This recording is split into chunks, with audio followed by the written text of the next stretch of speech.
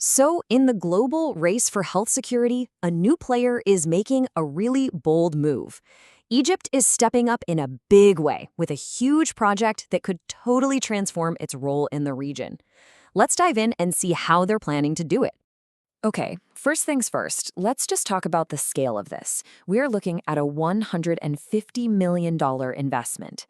Yeah, this is not some small trial run, it's a massive statement about Egypt's commitment to its own health sovereignty. And what does that kind of money get you? Well, it gets you a factory that can churn out an incredible 115 million vaccine doses every single year. That's a number that could really reshape health security for the entire region. So you've got to ask, right? What's the real story here? What's driving this massive push into such a complex and competitive field?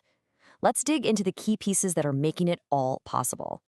All right, at the very heart of this story is a company called Genvax. And they're the ones with this incredibly ambitious plan to build a state-of-the-art vaccine factory right in the Suez Canal economic zone. And the why behind this is so important.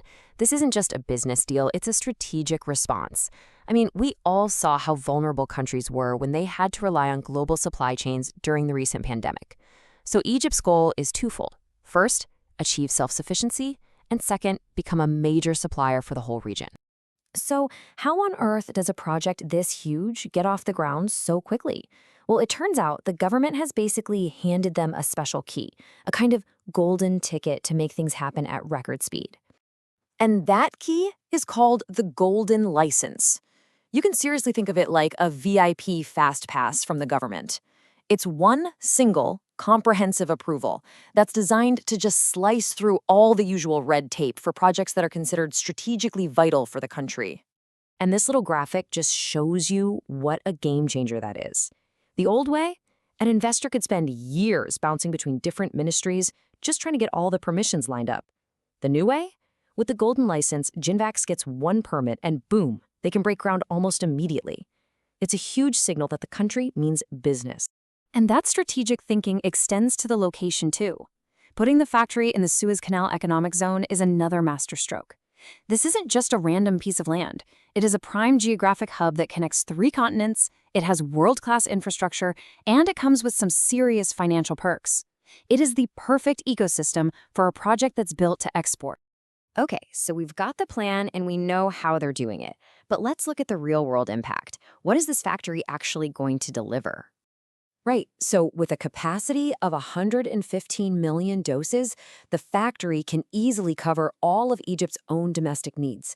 But look at this. That's not even the main story. The real game changer is the massive surplus. The majority of what they produce is actually earmarked for export. And that's how a national health need transforms into a huge economic opportunity. And the benefits just ripple outwards from there.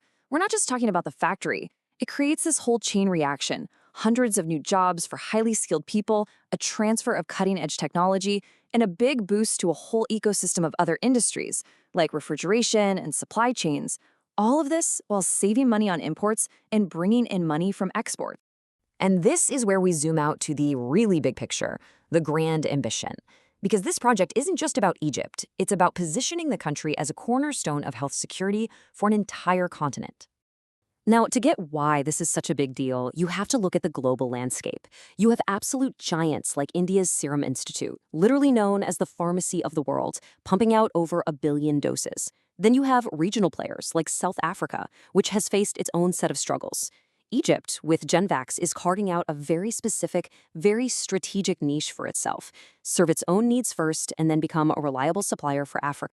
And that niche is massive. I mean, this quote really says it all. The African market has this huge underserved need for vaccines. With very few local manufacturers who can actually meet that demand, the Genvax facility is positioned perfectly to fill a critical gap.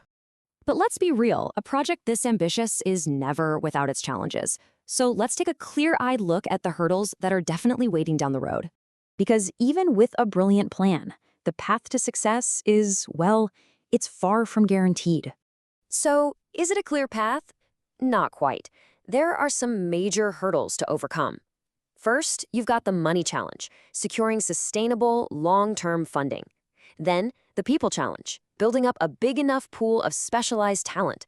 And finally, the credibility challenge, getting those all-important international approvals from groups like the WHO and, competing with the established global giants. It's a tall order. And this really sums it all up. Victory isn't just cutting the ribbon on a shiny new building. True success here is creating an institution that is sustainable, that's globally competitive, and most importantly, an institution that is trusted by its own people and by the world. And that brings us to what is ultimately at stake. This quote just frames it perfectly.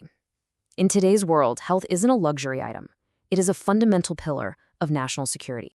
Which leaves us with one final critical question. This is a bold, strategic gamble with enormous potential. But will it become the turning point that truly reshapes Egypt's role, not just in its region, but in the entire global health landscape? Only time is going to tell.